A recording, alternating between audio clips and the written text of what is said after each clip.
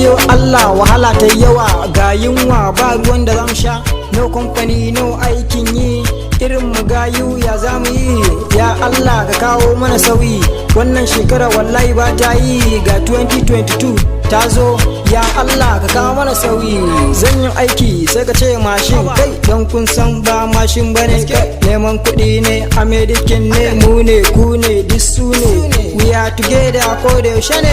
Amedy King I am different, zaman banza sai mu lalace ne, mu nemo ka cinye ƙarya ne, nemo in tara in more rayuwa nan kai sai da hutu, ta zuke mu ta hure mu ta expire, now we are free everyday anytime, we don't get it, enter market, find your money, buy something and drop your house, ta zo ta tafi coronavirus.